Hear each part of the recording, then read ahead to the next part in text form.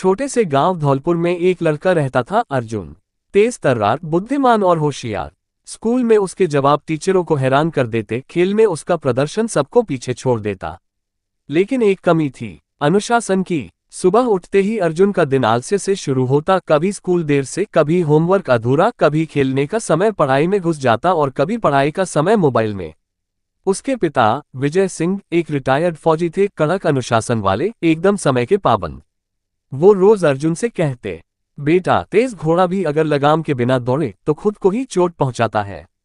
सपनों को उड़ान चाहिए, लेकिन दिशा भी उतनी ही जरूरी है। अर्जुन मुस्कुरा देता, पर बातों को हवा में उड़ा देता। गांव में एक बड़ी प्रतियोगिता रखी गई, विजेता दौड़।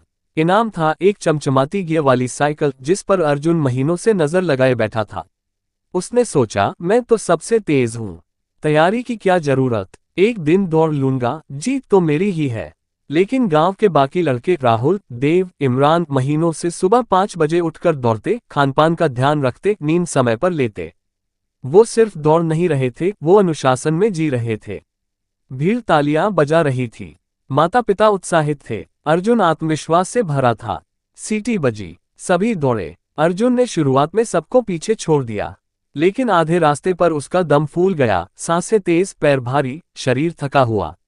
उसकी आंखों के सामने वही साइकिल धुंधली पड़ रही थी, और उसके आगे से राहुल गुजर गया, फिर देव, फिर इमरान। अर्जुन वहीं बैठ गया, हार गया, खुद से भी और उस साइकिल से भी।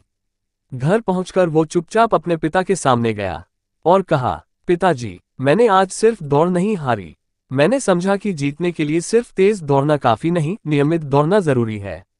उस दिन से अर्जुन की सुबह 5 बजे शुरू होती।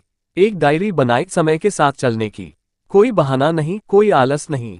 हर दिन एक छोटा सुधार, हर दिन खुद से एक मुकाबला। 1 साल बाद वही दौड़, वही मैदान, पर अब एक बदला हुआ अर्जुन। सीटी बजी, अर्जुन दौड़ा। इस बार सिर्फ शरीर नहीं, आत्मा दौड़ रही थी, और वो पहले स्थान पर आया। लोगों ने तालियों से स्वागत किया। पिता की आंखों में गर्व था। देखा अर्जुन, अनुशासन वो ताकत है जो तुम्हें वहां पहुंचा सकती है जहां सिर्फ सपने नहीं, हकीकत होती है। सीख, प्रतिभा जन्मजात होती है, लेकिन अनुशासन से ही उसे निखार मिलता है। जो खुद को जीत लेता है, वही असल विजेता होता है।